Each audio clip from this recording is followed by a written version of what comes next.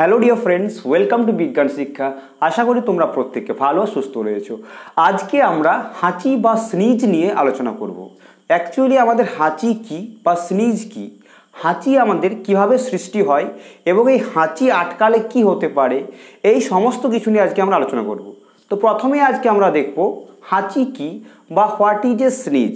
দেখো, হাঁচি হচ্ছে আমাদের নাক বা মুখের মধ্য দিয়ে বেরিয়ে আসা এক ধরনের বায়ুর বিস্ফোরণ, অর্থাৎ আমাদের ফুসফুস থেকে নাক বা মুখ দিয়ে বেরিয়ে আসা একটা বায়ুর বিস্ফোরণ, যাকে বলছি আমরা হাঁচি। এর গতিবেগ কিন্তু প্রচণ্ড বেশি হতে পারে, ঠিক আছে। ইংলিশে বললে কি হবে, a sneeze is a sudden explosion or burst of air expelled from lungs through mouth and nose, অর্থাৎ মুখ ও নাক দিয়ে বেরিয়ে আসা একটা বায়ুর বিস্ফোরণ, যাকে আমরা স্নিজ বা হাঁচি বলছি।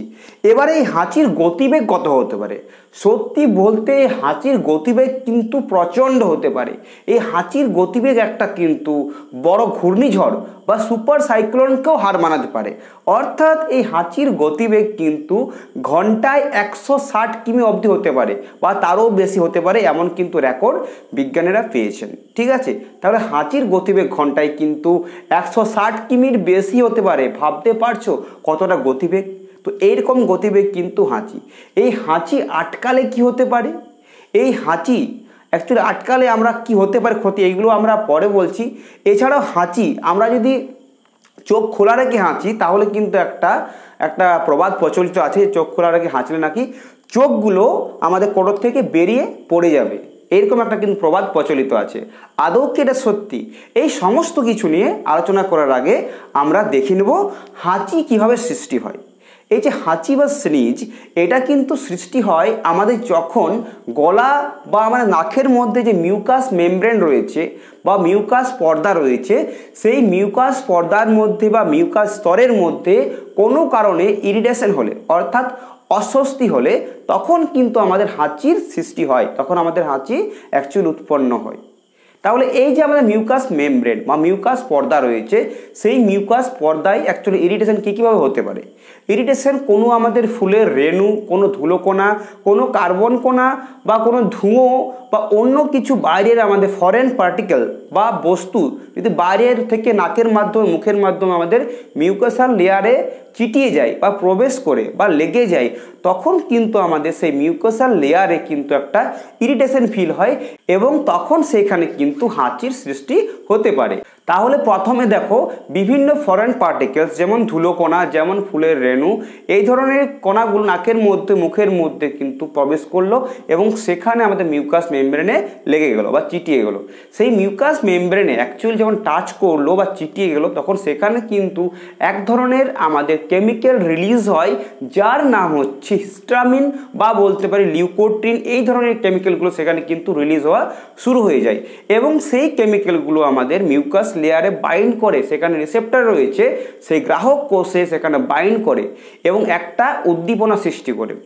এবং সেই উদ্দীপনা বা সেই সিগন্যালটিকে বহন করার জন্য আমাদের একটা স্পেশাল নার্ভ রয়েছে, একটা স্নায়ু রয়েছে, যার নাম হচ্ছে ট্রাইজেমিনাল নার্ভ, যার নাম হচ্ছে ট্রাইজেমিনাল স্নায়ু।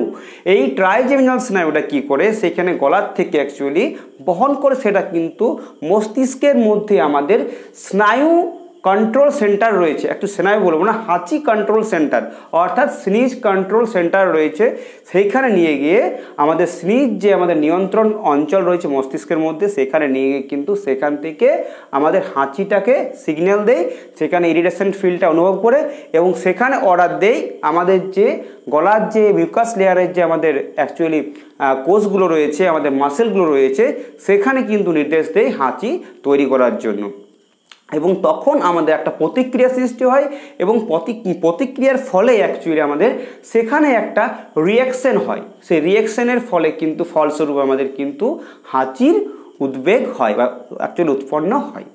এইরকমভাবেই কিন্তু আমাদের হাঁচি সৃষ্টি হয় মিউকাস মেমব্রেন অ্যাকচুয়াল ইরিটেশনের ফলে, ঠিক আছে। হাঁচি সৃষ্টি কিন্তু আমরা বুঝে গেলাম। তাহলে তোমাদের একটু হলেও ক্লিয়ার করতে পেরেছি হাঁচি কিভাবে সৃষ্টি হয়। এবার আমরা দেখবো এই হাঁচির মাধ্যমে যে ড্রপলেটসগুলো, যে আমাদের ক্ষুদ্র ক্ষুদ্র কণাগুলো বাইরে বের হয় সেইগুলো কতটা ডিস্টেন্স ট্রাভেল করতে পারে, অর্থাৎ কতটা দূরত্ব ছড়িয়ে পড়তে পারে। তো মোটামুটি বিজ্ঞানী যেটা দেখেছেন সেটা হচ্ছে প্রায় 8 মিটার অবধি এই কণাগুলো ট্রাভেল করতে পারে বা ছড়িয়ে পড়তে পারে। এটা ফিটে বললে হবে 27 ফিট অবধি এটা কিন্তু ট্রাভেল করতে পারে কণাগুলো। এবং এই ভাসমান ক্ষুদ্র ক্ষুদ্র কণাগুলোকে বলা হচ্ছে আমাদের অ্যারোসল। এগুলো কিন্তু অ্যারোসল রূপেই কিন্তু বায়ুর মধ্যে ভাসমান অবস্থায় থাকে এবং ভেসে বেড়ায় এবং ট্রাভেল করে প্রায় 27 ফিট অবধি।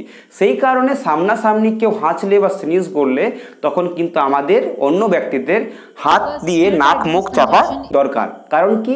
এই কারণ হচ্ছে যে বাইরের থেকে জীবাণুগুলো বা ভাইরাসগুলো কিন্তু অন্য কারো মুখে প্রবেশ করতে পারবে না।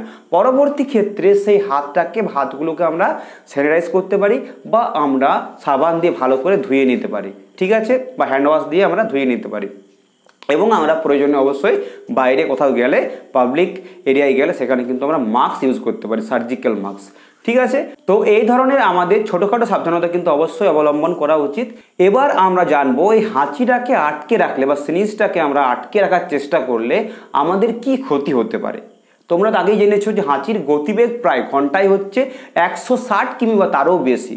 তাহলে এত গতিবেগ, এত ভয়ঙ্কর গতিবেগ সম্পন্ন হাঁচিটাকে যদি আমরা আটকে রাখার চেষ্টা করি তাহলে কিন্তু আমাদের গ্রাসনালী রয়েছে, শ্বাসনালী রয়েছে, সেখানে কিন্তু প্রচণ্ড চাপ পড়বে।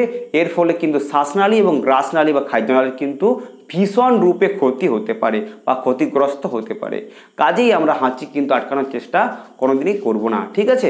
এছাড়াও আমাদের হাঁচি যদি আমরা আটকাই তাহলে কিন্তু আমাদের লাংস বা ফুসফুসের উপরে চাপ পড়বে, প্রেসার পড়বে।